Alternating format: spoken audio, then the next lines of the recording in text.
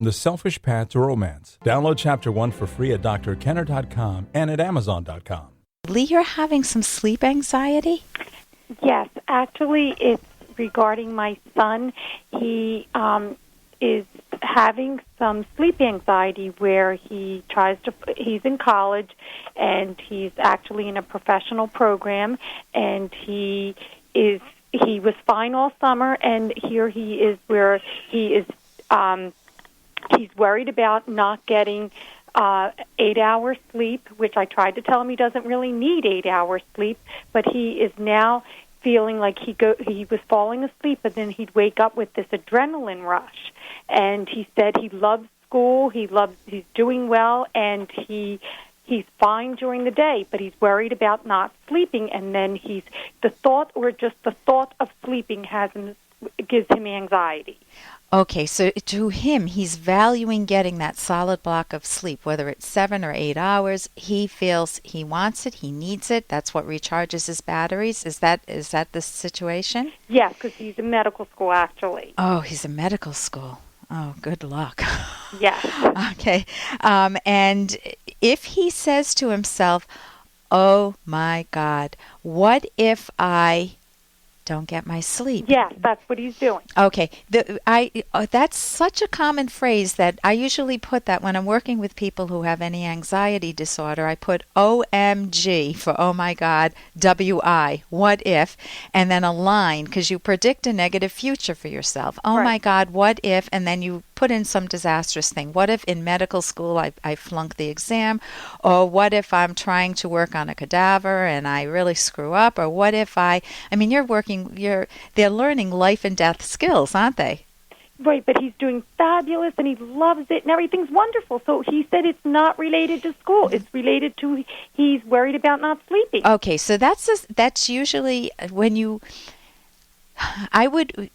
does he share other thoughts with you? Like if it were you who were having the problem, I could ask you, what are you thinking? You're about to go off to sleep. No, first I would ask you, when did you first experience this? All his life he had trouble sleeping. Even as a kid, he would come into our room, or he'd go into his brother's room, or even into the office, Isn't that which interesting? was closest to us. We had tremendous problems all his life as a kid. He wanted to be with us. He never wanted to be alone. And he even said that. He goes, I hate being alone. And during 4 years of college, he said he slept fine.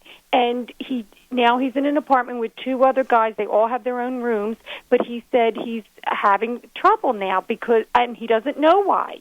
But he doesn't, all his life, he said, I never took care of this problem that he's had all his life, and he wants to get to the bottom of it. Okay, so if he didn't have this problem for 4 years throughout college, that is fascinating to me, because then if he's training himself to be a scientist, so you want to find out what happened at a certain point where he started to rebuild up this anxiety, and I don't know whether it's a new anxiety or whether he's opening old file drawers, files that's in what his he said. mind. He said, this is bringing back bad memories of not sleeping when I was a kid, and you not understanding that I can't sleep. So he wants now he's getting into a second. If he were in therapy with me, obviously this isn't therapy, but if he were in therapy with me, I would say, hey, I got to interrupt this because we've got to pay some bills. 30 seconds, that's it. A very quick ad, and then Ellen will be back. Romance. Ugh, I wish guys knew more about what we want from a relationship. Boy, I wish I knew more about what I want. Where's that ad I saw? Here it is. The Selfish Path to Romance. A serious romance guidebook. Download Chapter 1 for free at selfishromance.com and buy it at amazon.com. The Selfish Path to Romance. That is interesting. If he were in therapy with me, I would say he wants me as he wants Mom to understand him. That sounds like it's key. Mom, if you said, I'm understanding you're having a lot of difficulty, obviously you are empathic or trying to understand him because you're calling me, right? Right. But he needs to see firsthand that if he continues to keep telling himself he can't sleep, how much energy, if I know I cannot move, let's say that I have a very heavy, let's say my house, I want to move it over in the yard a little bit. So it's oriented a little better. Can I move my house? No. No. So how much effort do I put into thinking about moving my house? None. None. So if he's telling himself that he can't sleep, then how much effort and focus will he put into figuring out strategies to sleep better?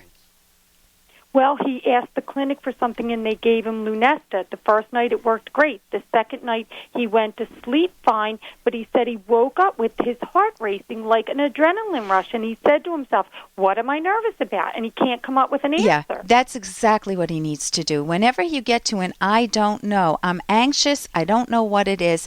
When you're in medical school, there's a heck of a lot to be anxious about. It could be about a girlfriend. It could be about the old fears that are coming back, It's his old fears of not sleeping. But the fears of not sleeping it's a vicious circle, because right. If you think you can't sleep, then you're going to say, oh my God, what if? You'll have a rush of adrenaline, because that oh my God, what if triggers your autonomic nervous system, which he'll be learning about. I'm sure he already knows about it.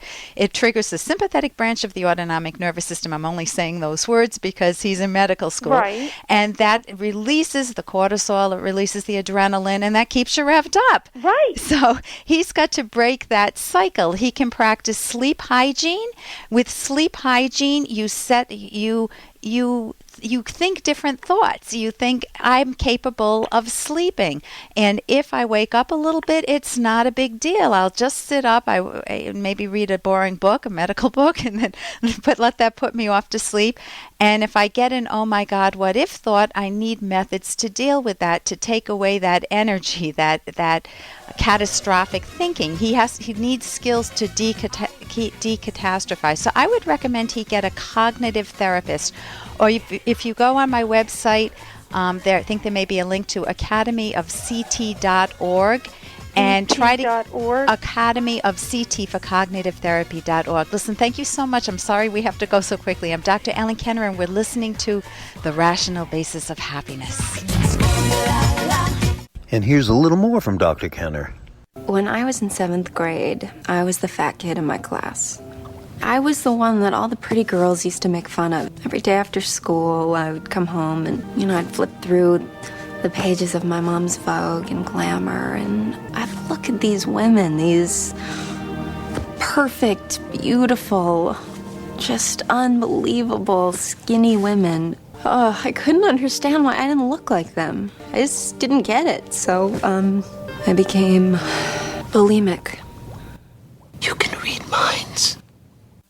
And that's from Zoolander. And obviously, bulimia does not mean you can read minds. Bulimia is an eating disorder.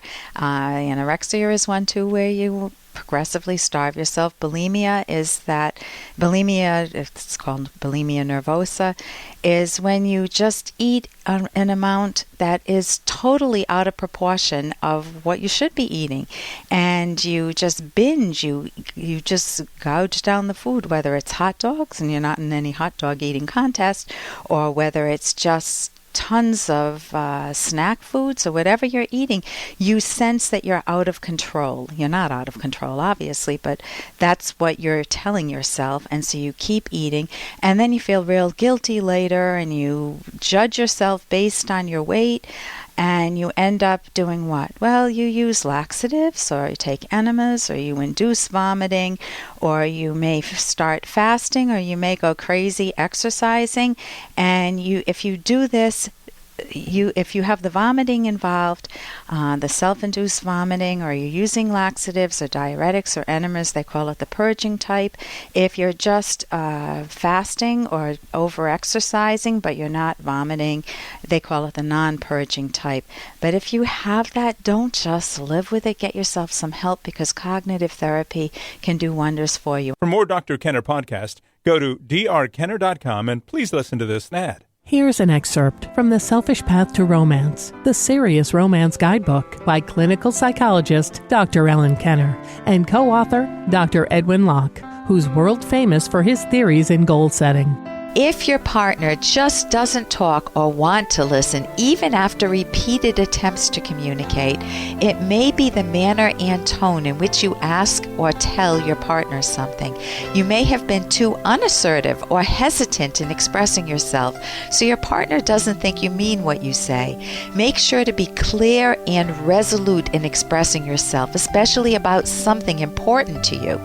Or you may have made your wants clear, but in such an obnoxious, insensitive manner that the content of what you say is overwhelmed by your overbearing style. You can download Chapter 1 for free by going to drkenner.com. And you can buy The Selfish Path to Romance at Amazon.com.